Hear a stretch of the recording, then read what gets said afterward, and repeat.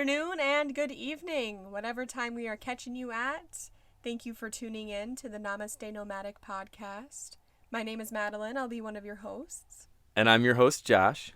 Welcome. Thank you so much for joining us on the Namaste Nomadic podcast, our story of life on the road and all the magical experiences we encounter.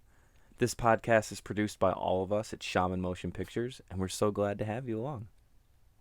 And on today's episode, we will be discussing preparing for life on the road. Because no doubt, that's like a huge task. Yep, and we have some fun tips and tricks. We have been on the road for nearly 60 days now, so these are things that we have learned since being on the road before and after, and we just wanted to share that with you, give you some inspiration to find a rig and hop on the train.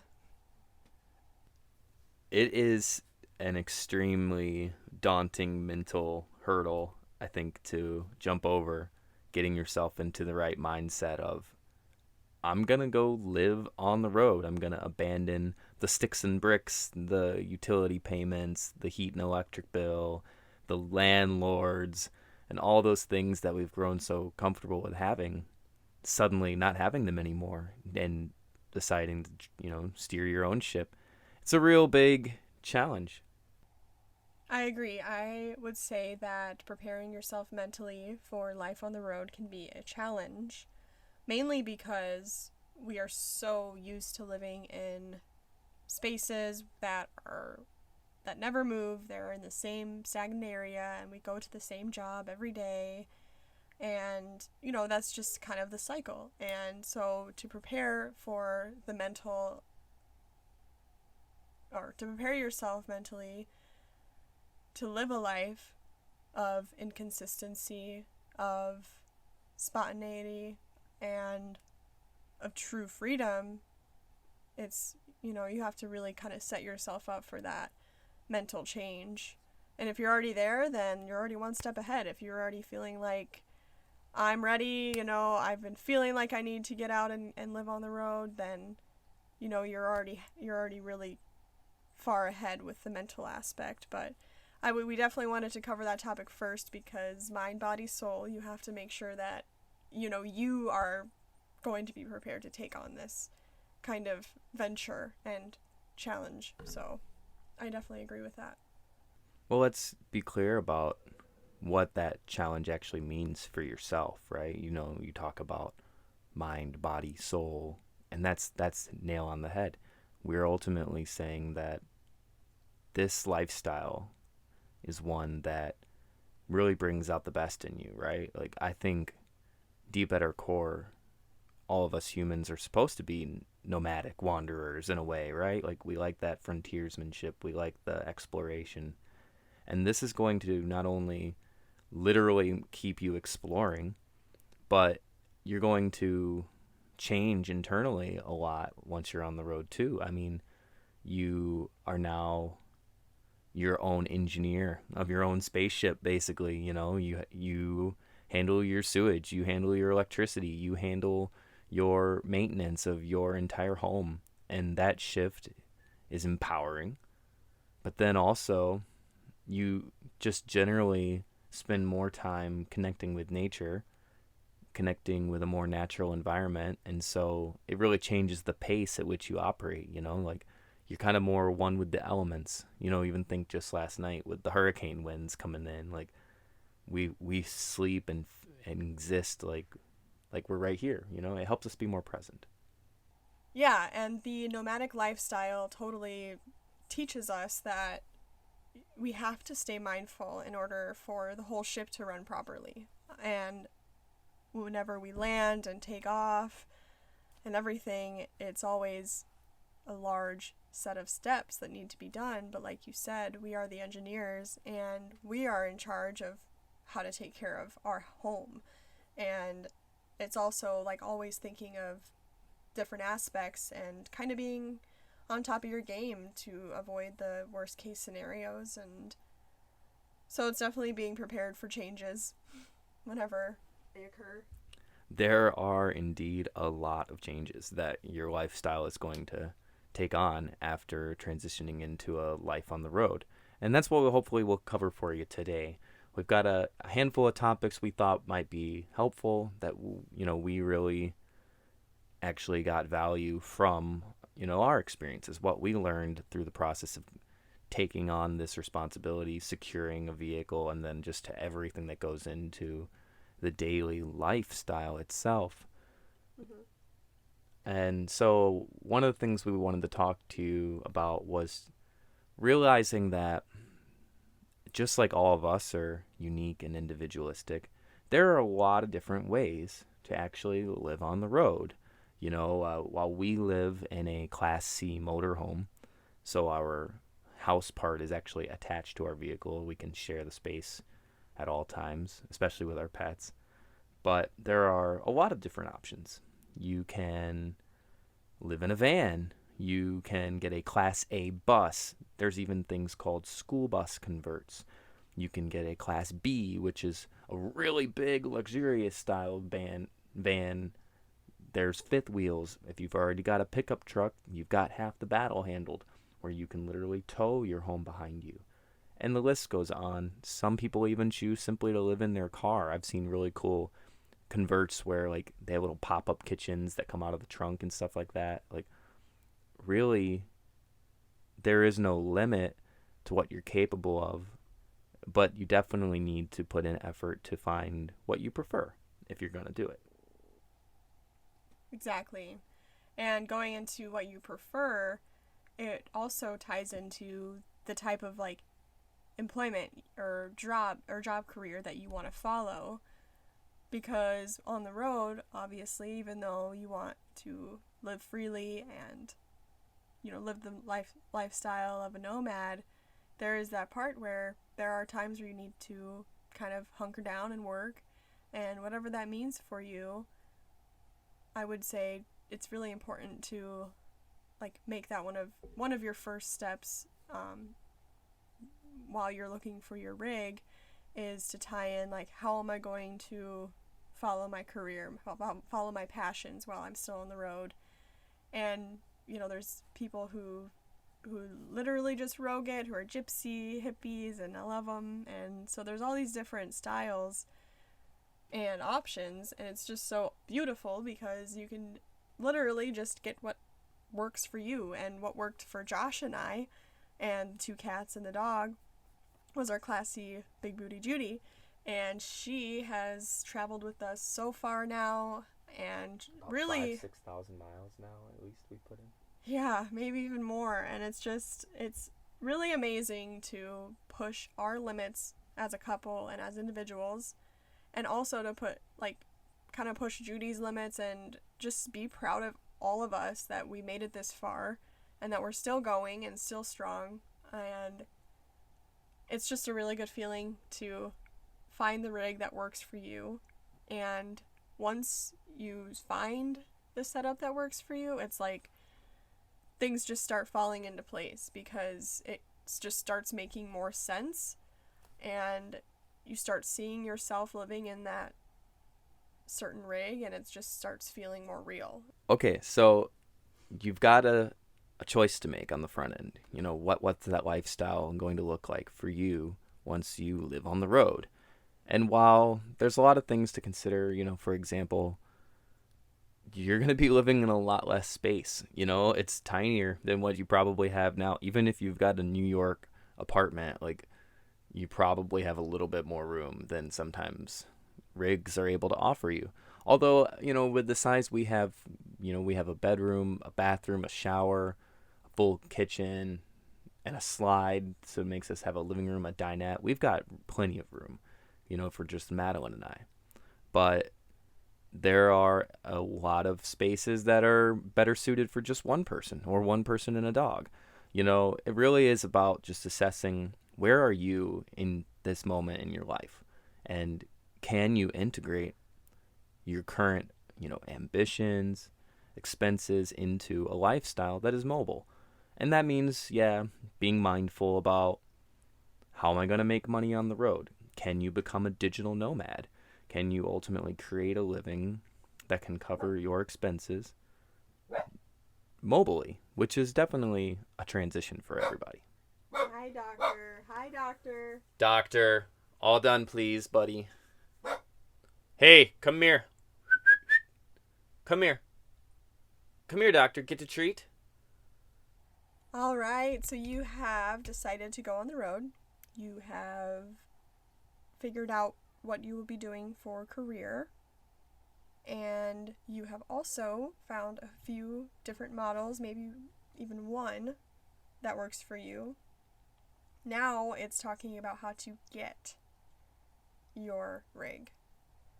Now for us, this was quite a process. And from what we've experienced talking to other people who have gotten rigs in the past, it has also been kind of a difficult experience.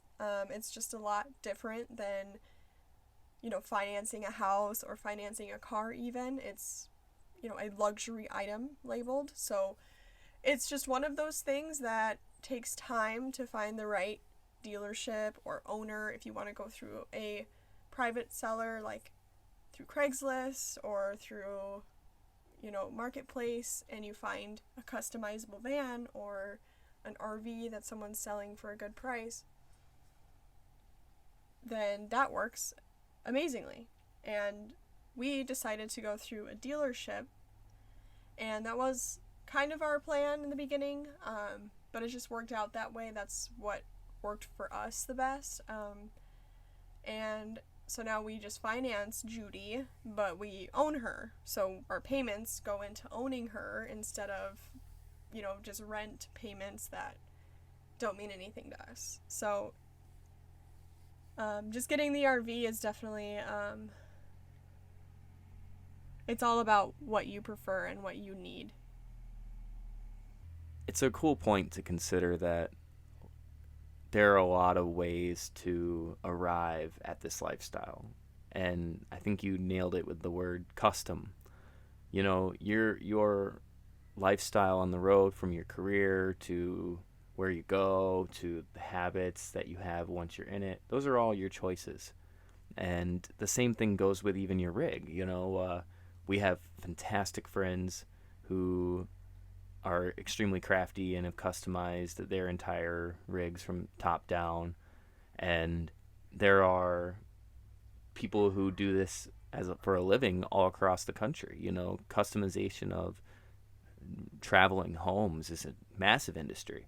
And it's really cool to see everybody express their uniqueness. While Madeline and I, we did a pretty homey job of renovating and decorating, there's still so much more we could have done.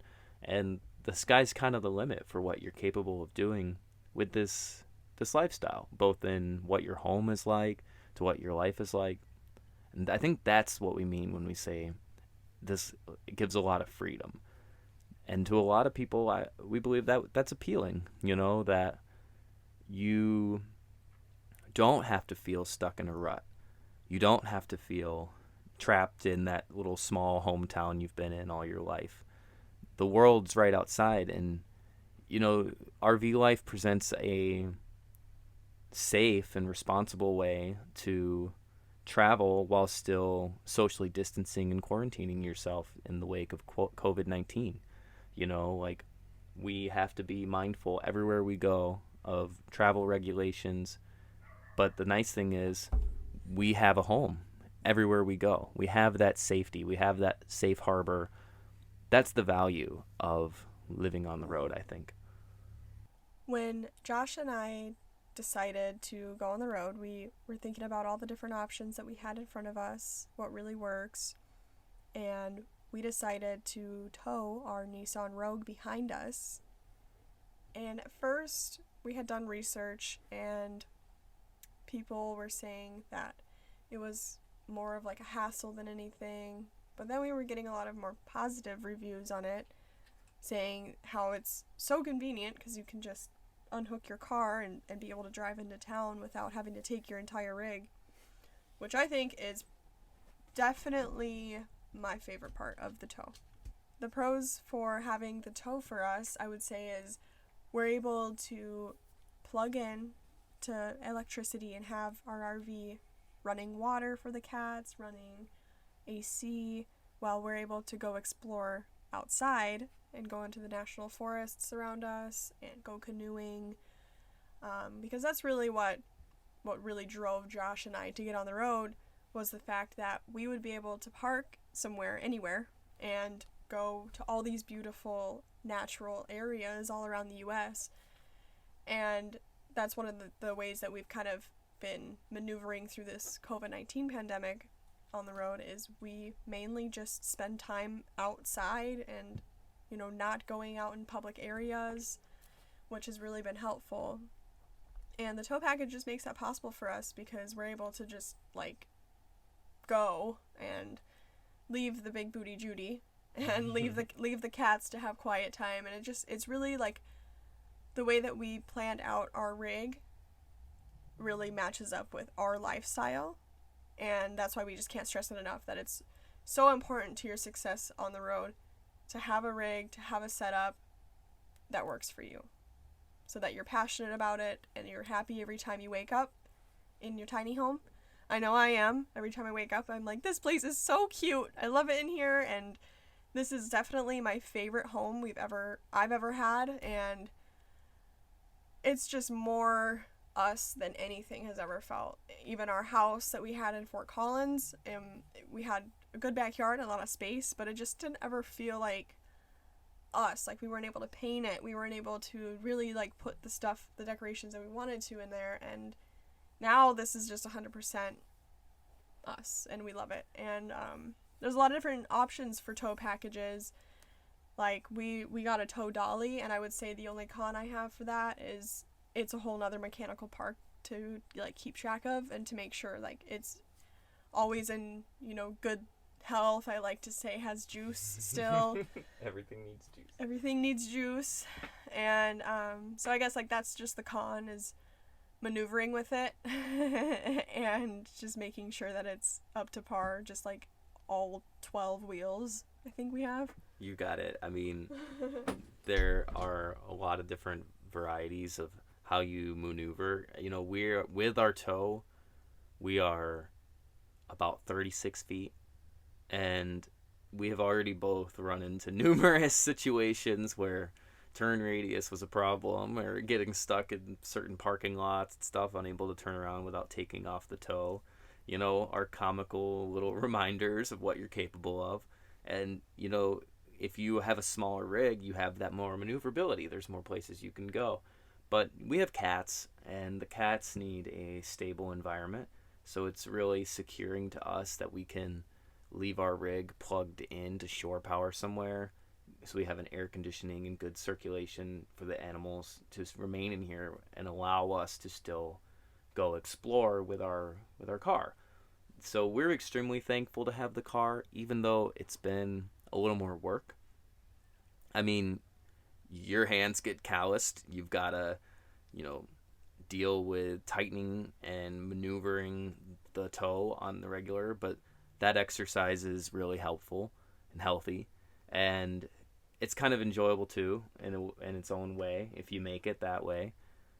We realize that some people may not want to hassle with it, and that's totally fine. You kind of choose your own adventure when it comes to this stuff, but we very much appreciate having the vehicle. It allows us to avoid having to take our rig through major cities.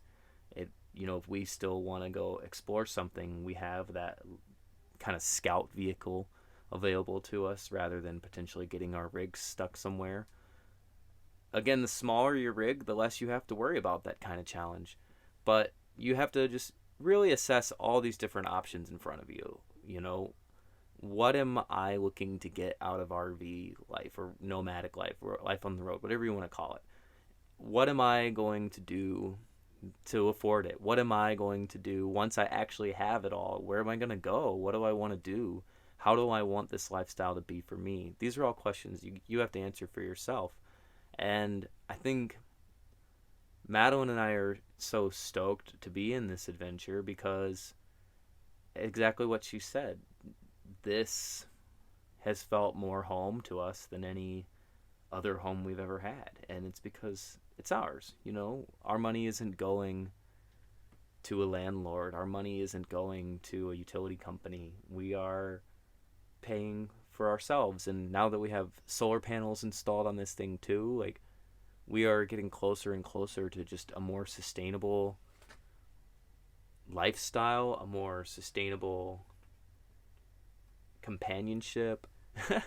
You know, and I think that's an important part of this whole puzzle too. Don't you think, Madeline? Just that, like, you have to kind of make a decision. Are you going to do this journey alone, or are you going to do this journey with someone else? Right, and also how ready you both are to be in such close quarters, working together every single day. No breaks. No breaks. And, you know, to be real with our listeners here, we love each other. Josh and I love each other, and we're able to really see each other for exactly who we are. And, you know, we've run into some butting heads moments, but in the end, it's always, we learn something more on how to communicate better, how to work together to make the rig come together easier for both of us. And it's been really a journey, and I think that it's a whole nother step in a relationship. You know, you kind of feel like in societal thinking, like, you move in with your significant other, oh, that's a big step, you know, you're really going to learn a lot about each other, and oh god, you're going to see each other go to the bathroom and all that stuff, and just wait. Oh yeah, so it's definitely a whole nother world, it's a whole nother level, and it has taught us so much already, and we are almost on day 60, so we're still fresh to it, but man, it feels like this is just like what we were meant to be doing, and the path is so clear now. There are, you know, in the beginning I felt like it was kind of hard for me to get out of that, like, mental thing of like, oh, we're camping, like, I just want to have fun every day, and now I'm, you know, really, like, reality is, like, we live in this RV, and you have to balance work and play in order to be successful. And so that's really been the biggest part, is us working together as a team has been crucial to our success. You know, and a lot of what Madeline and I do is self-employment, and so we kind of set our own schedule, and typically, you know, unless you are working remotely for a company, if you're living in an RV, like, you kind of are self-employed, meaning you have to set your schedule. You have to be responsible for what your days are filled with. And it does have an easy temptation to treat it like it's a infinite camping trip, you know, where 7 days a week you want to just play and have fun. But we've come up with a pretty decent balance now, where we typically work pretty hard Monday through Thursday, and then we use Friday, Saturday, Sunday in a more lighthearted and positive and fun way. Not that our work chance days to go off grid and play.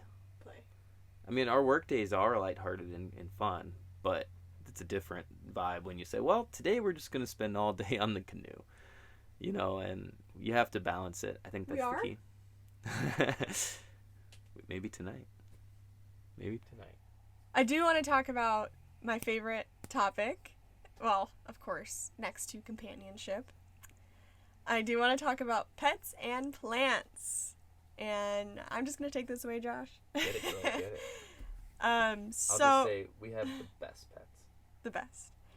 And it has been incredible having them with us wherever we go, and being able to look at Nugget and say, Nugget, you're in Maine. Like, you've traveled further than most people will in their entire life, you know? And I think it's so rewarding to have, you know, at least a dog or some kind of animal companion with you, because they love it just as much. And adapting the cats to this environment was a little intimidating for me at first, but it was also a process of listening to them, learning them, knowing what they need and what they like. And, you know, when we were preparing for our RV life, I am a researcher, a thinker. I mean, I just think. And so I was just researching on how to make these cats feel comfortable. And so for the first like 2 months before we even found our rig, I was like training them in the house for a little living. And I think that really helped them to transition easier. But it's been awesome having them with us and waking up to all three of them just like passed out, cuddling, and it just really makes me happy knowing that they love it just as much as we do. I think it's really important for them as animals to also have their own spaces within the RV.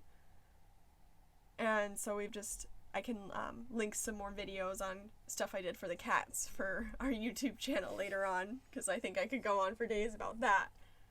But also plants. I know that a lot of people are wondering kind of like how to keep plants healthy in an RV.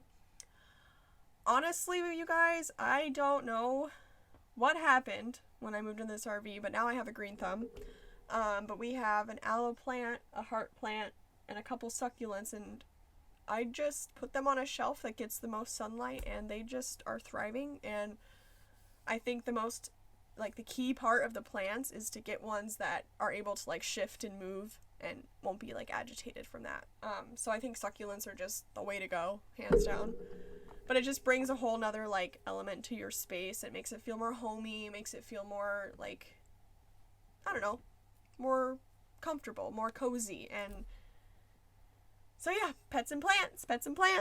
They are super, like, I don't know what I'm saying. They're super awesome.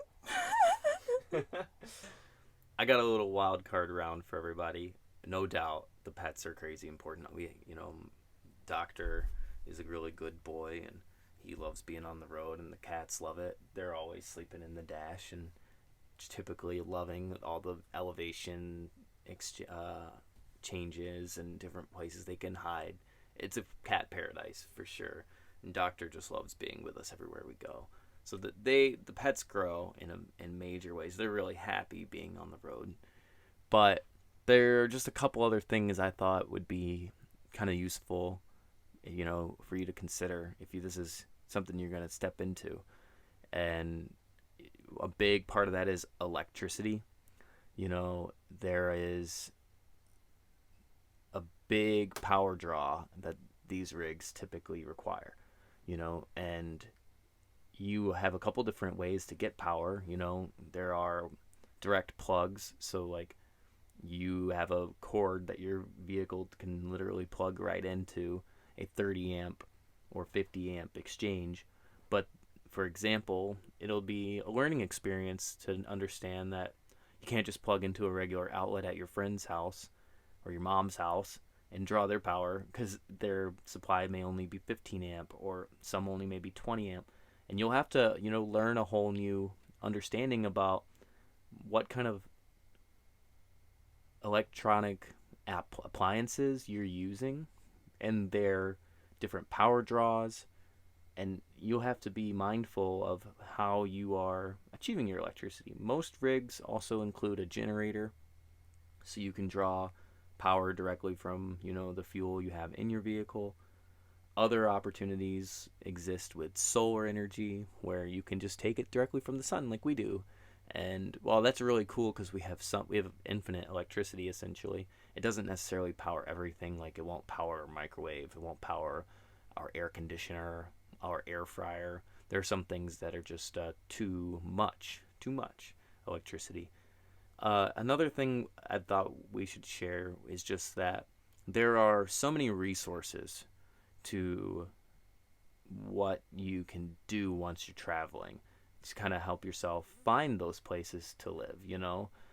There are apps for what's called boondocking, or camping, essentially somewhere that your rig can go with no electricity, no camping fees, real like awesome private dispersed camping opportunities, which are some of the best memories we've made.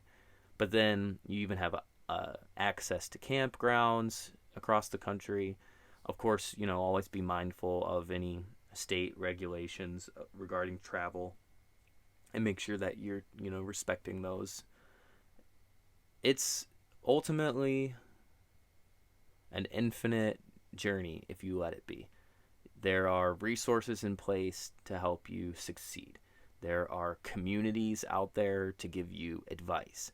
There are lessons to be learned just by stumbling through it.